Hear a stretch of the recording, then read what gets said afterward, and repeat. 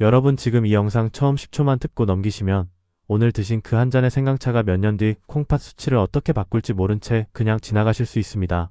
저는 신장내과에서 진료를 하면서 가장 마음이 무거워지는 순간이 언제냐면 환자분이 이렇게 말씀하실 때입니다. 선생님, 저는 몸에 나쁘다는 건 하나도 안 했어요. 오히려 생강도 챙겨 먹고 차도 마시고 건강식만 먹었어요. 그런데 바로 그 말 뒤에 검사 결과를 보면 콩팥 수치가 조용히 그러나 분명하게 나빠져 있는 경우가 너무 많습니다. 그래서 오늘은 겁을 주려고 나온 이야기가 아닙니다. 생강을 끊으라는 이야기도 아닙니다. 좋은 음식이 언제 약이 되고 언제 독이 되는지 그 기준을 정확히 알려드리려고 합니다. 특히 노년기의 콩팥은 생각보다 훨씬 예민합니다. 사고처럼 한 번에 망가지지 않고 습관처럼 서서히 망가지는 장기이기 때문입니다. 여기까지 들으셨다면 아마 이런 생각이 드실 겁니다. 아니, 생강 먹는 사람 이렇게 많은데 왜 나만 문제냐고요? 바로 그 질문이 이야기의 핵심입니다. 증상이 없기 때문입니다. 신장은 웬만해선 아프다고 신호를 보내지 않습니다. 그래서 더 위험합니다. 며칠 전 외래에서 이민기 환자분이 저한테 조심스럽게 묻더군요. 선생님, 혹시 제가 마시는 생강차가 문제가 될 수도 있을까요? 저는 그 질문을 듣자마자 대답부터 하지 않고 차트를 다시 봤습니다. 크레아티닌 수치가 6개월 동안 아주 조금씩 그러나 분명하게 올라가고 있었거든요. 이분은 하루에 생강차를 한 잔만 드셨습니다. 많은 분들이 여기서 안심합니다. 한 잔이면 괜찮지 않냐고요. 그런데 중요한 건 양이 아니라 타이밍이었습니다. 이민기 환자분은 아침에 눈 뜨자마자 공복에 진하게 우린 생강차를 드셨습니다. 몸이 따뜻해지는 느낌이 좋았고 혈액순환에 좋다는 말을 믿으셨다고 합니다. 이쯤 되면 듣고 계신 분들 중에서도 나도 그런데 하고 뜨끔하신 분 계실 겁니다. 공복 상태의 몸은 생각보다 불안정합니다. 혈압도 혈당도 자율신경도 전부 예민해져 있습니다. 그 상태에서 생강이 들어오면 몸은 갑자기 시동을 걸어버립니다. 신진대사는 급격히 빨라지고 심장은 긴장하고 신장으로 가는 미세혈관은 순간적으로 수축합니다. 이때 느끼는 따뜻함이나 개운함을 많은 분들이 몸이 좋아졌다고 착각하시는데 신장 입장에서는 이게 휴식이 아니라 부담입니다. 여기까지 들으시면 그럼 공복만 피하면 괜찮은 거 아니냐는 생각이 드실 겁니다. 아직 이야기는 한참 남았습니다. 제가 진료실에서 더 자주 보는 위험한 패턴은 생강과 이뇨작용이 강한 음료의 조합입니다. 물은 거의 안 마시고 하루 종일 차만 드시는 분들 정말 많습니다. 생강차, 옥수수차, 보리차, 약초차를 번갈아 가며 드시죠. 몸에 좋다고 생각해서입니다. 그런데 이 조합은 몸에서 수분을 너무 빠르게 빼냅니다. 젊은 신장은 이런 상황에서도 어느 정도 버텨줍니다. 하지만 노년기의 콩팥은 다릅니다. 수분이 빠지면 피는 진해지고 그 진한 피를 걸러내기 위해 콩팥은 더 큰 압력으로 일해야 합니다. 이 상태가 하루 이틀이면 괜찮습니다. 문제는 매일 반복될 때입니다. 실제로 김영수 환자분은 물은 거의 안 드시고 차만 드시다가 어느 날 검사에서 수치가 눈에 띄게 올라와 있었습니다. 선생님, 저는 몸에 나쁜 건 하나도 안 했는데 왜 이러냐고 하시더군요. 저는 그때 이렇게 말씀드렸습니다. 몸에 좋은 것만 드신 게 아니라 몸에 부담되는 조합으로 드신 겁니다. 여기서 또 하나 많은 분들이 놓치는 부분이 있습니다. 바로 약입니다. 고혈압약, 심장약, 혈류에 영향을 주는 약을 드시는 분들 계시죠? 이런 상태에서 생강을 매일 진하게 드시면 신장으로 가는 혈류압이 불안정해질 수 있습니다. 실제 진료실에서는 선생님, 그럼 생강은 아예 끊어야 하나요? 라는 질문이 꼭 나옵니다. 저는 항상 같은 답을 합니다. 끊으라는 게 아닙니다. 보약처럼 드시지 말라는 겁니다. 생강은 조미료처럼 써야 합니다. 여기서부터 많은 분들이 가장 궁금해하십니다. 그럼 도대체 어떻게 먹어야 안전하냐고요? 지금부터는 꼭 기억하셔야 합니다. 그래서 제가 진료실에서 환자분들께 가장 먼저 드리는 말이 이겁니다. 첫째, 생강은 공복에 드시지 마십시오. 특히 아침 공복에 진하게 우린 생강차는 노년기 콩팥에 가장 부담이 큽니다. 공복 상태에서는 혈압과 혈당이 불안정한데 이때 생강이 들어오면 신진대사가 급격히 올라가면서 신장 미세혈관이 긴장하게 됩니다. 이게 하루 이틀이면 모르지만 습관이 되면 콩팥은 계속 무리한 상태로 일을 하게 됩니다. 둘째, 생강을 진하게 농축해서 매일 드시는 습관은 반드시 바꾸셔야 합니다. 진할수록 몸에 좋다는 생각은 신장 앞에서는 완전히 틀린 말입니다. 생강의 매운 성분은 적당할 때는 순환을 돕지만 농축되면 자극으로 작용해서 체내 수분 소모를 가속시키고 신장이 감당해야 할 여과 부담을 키웁니다. 셋째, 생강을 단독으로 과하게 드시지 말고 반드시 식후에 소량으로 드시는 것이 좋습니다. 여기서부터 많은 분들이 묻습니다. 그럼 생강은 도대체 뭐랑 같이 먹어야 안전하고 좋은 거냐고요? 생강과 궁합이 좋은 재료에는 분명한 공통점이 있습니다. 바로 자극을 완충해주는 역할을 하는 식품들입니다. 대표적인 게 단백질입니다. 생강을 고기 요리나 생선 요리에 소량 사용하는 경우를 떠올려 보시면 됩니다. 이때 생강은 혈류를 돕는 역할만 하고 자극은 단백질과 함께 천천히 흡수되기 때문에 신장에 부담을 주지 않습니다. 그래서 국이나 찌개의 향을 더하는 정도의 생강은 오히려 소화에 도움이 되는 경우가 많습니다. 또 하나 좋은 조합은 탄수화물입니다. 밥이나 감자 같은 식품과 함께 들어가면 생강의 작용 속도가 느려지면서 혈압이나 혈당의 급격한 변화를 막아줍니다. 그래서 식사 중에 반찬으로 소량 들어가는 생강은 문제가 되지 않습니다. 그리고 반드시 강조하고 싶은 게 물입니다.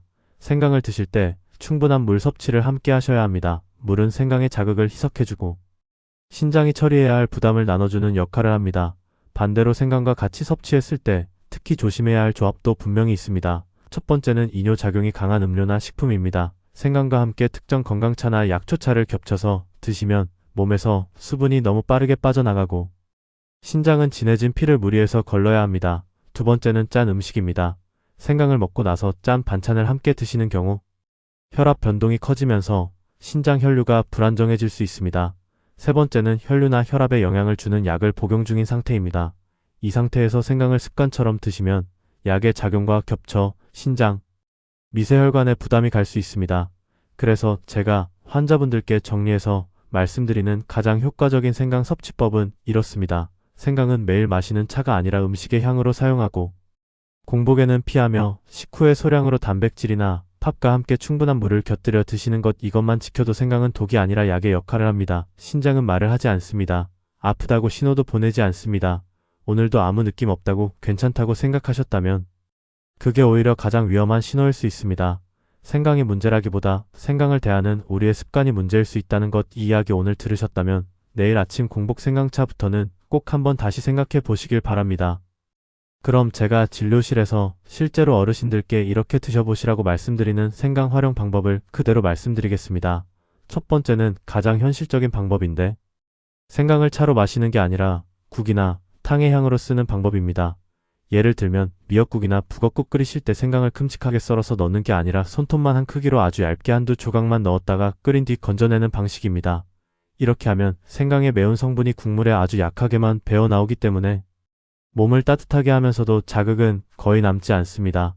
특히 단백질이 풍부한 국과 함께 들어가기 때문에 신장에 부담을 주지 않고 소화에도 도움이 됩니다. 실제로 혼자 사시는 어르신들께 가장 추천하는 방법이기도 합니다. 두 번째는 생강을 반찬에 섞는 방식입니다. 생강을 주재료로 드시려고 하지 마시고 다진 마늘처럼 조미 개념으로 쓰시는 겁니다. 예를 들어 생선조림이나 닭볶음 같은 요리를 하실 때 다진 생강을 티스푼 반도 안 되게 아주 소량만 넣으시면 됩니다. 이때 중요한 건 생강 맛이 느껴질 정도로 넣지 않는 것입니다. 향이 살짝 느껴질까 말까 한 수준이면 충분합니다. 이렇게 단백질과 함께 섭취하면 생강의 혈류 촉진 작용이 완만하게 나타나고 신장 미세혈관에 부담을 주지 않습니다. 세 번째는 꼭 차로 드시고 싶다면 이렇게 하시라고 말씀드립니다. 생강을 진하게 우려서 드시지 말고 생강 한두 조각을 뜨거운 물에 살짝 담갔다가 12분 안에 바로 건져내고 그 물을 식후에 반 컵 정도만 드시는 방식입니다. 이때 반드시 물을 추가로 한 컵 이상 더 드시라고 권합니다.